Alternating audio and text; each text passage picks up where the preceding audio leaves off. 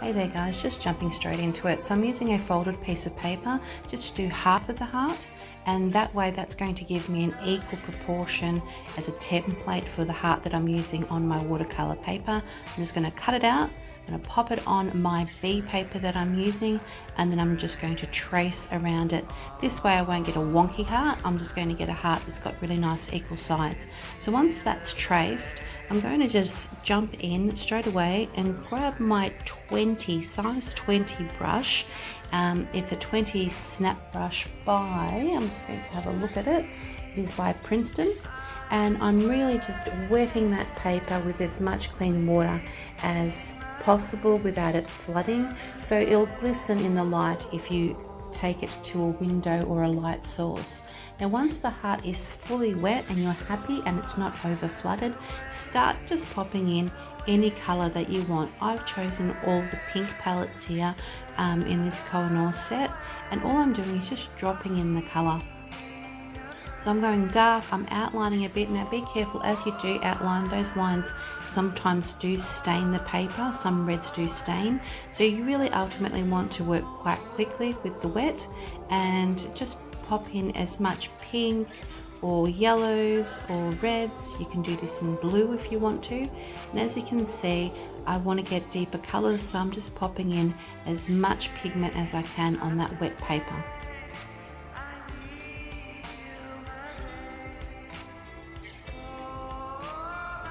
I'm also using my brush and its tip to its full advantage.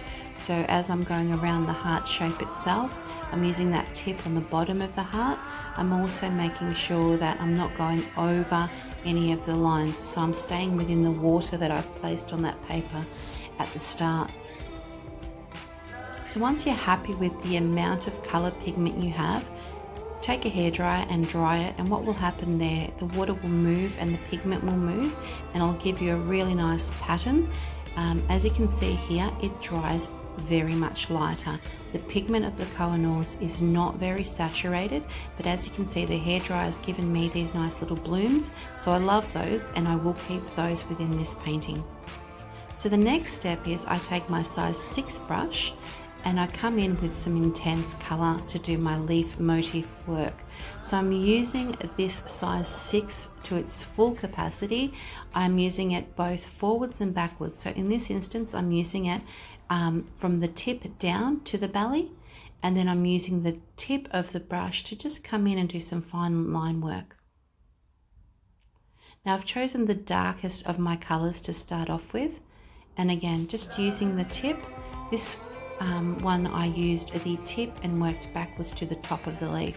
So you can work either way. You can start from the top of the leaf and then press down and use the belly of the brush to form the leaf, or you can do it the other way around, where you're pressing down to the start of the leaf like that and then out to the top of the leaf. And I'm just randomly placing the leaves. Now what I'm also doing is I'm wanting to go over the heart that I've painted and have the leaves sort of spread off and over the original painting that I've placed on the paper.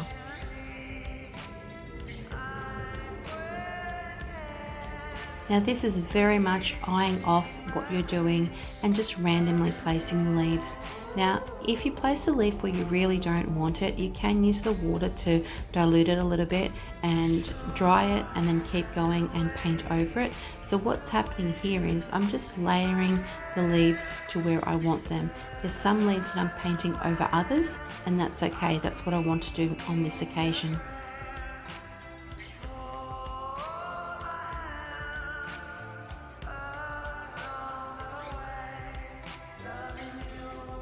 Just the pinks, some darker pigment.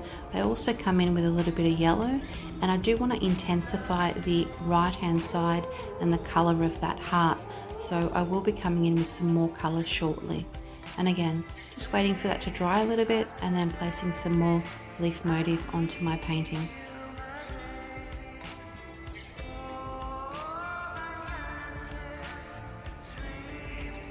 Now when you're happy with the amount of leaves you've got on there, I normally come in with a hairdryer and I will dry this layer off. And when it's dry, you can assess the intensity of the color that you've got on your page. and you can begin to layer more colour if you need to. So you can add in a little bit more colour to some of the leaves to make them more intense and make them look like they're sitting on top of the other leaves. Now you can choose to do the entire heart with this leaf motif, or you can do half the heart as I've done here.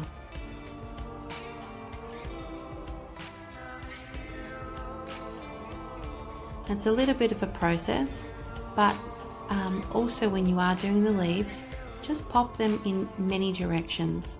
So don't have them all facing the same direction. Go upwards and downwards and across, because that will give you nice texture and it'll also give you the layers that you need to build up. And don't be afraid to overlay. Now, as I said, I'm coming in now with a bit of water, and what I want to do is I want to intensify the colour on the other side, and I want to wash the leaves in that I've already placed onto the heart itself. So bringing in a lot of water here now and dispersing it.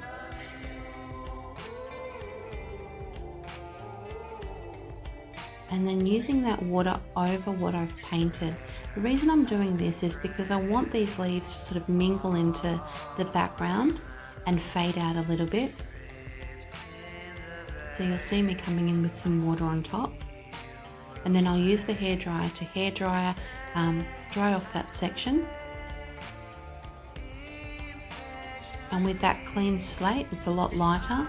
I'll then come in again and start painting over some more leaves. So what this is doing, it's actually creating a lot of depth to this part of the painting, because you can actually see the leaves that are darker on top, and then you've got the sort of smudged effect underneath, and that really gives you a nice pattern. So I'm coming in with some reds and purples on this occasion and just intensifying the leaf work. So you're basically doing layers, and I find that when you do layers, this is when your cheaper paints will actually give you the best value for the money, because when you're layering, you're intensifying the pigment and the colour. A lot of people put one layer on and go, oh look, that's not very good, these paints are cheap. If you use many layers, you're going to have a really nice painting with a lot of colour pigment. Now all I'm doing here is splattering a little bit of paint, popping in a couple of splotches, and again I'll come in with the hairdryer and dry this off, and then assess to whether I need a little bit more colour or not.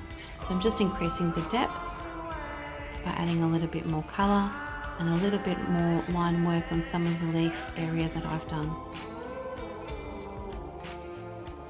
Now you can do big splatters or small splatters, no splatters.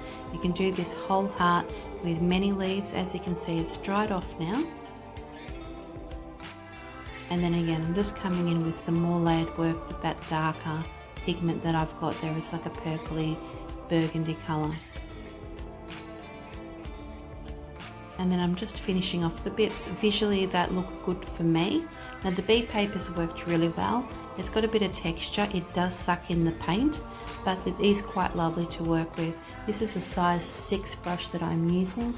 It is a black velvet brush, and I do like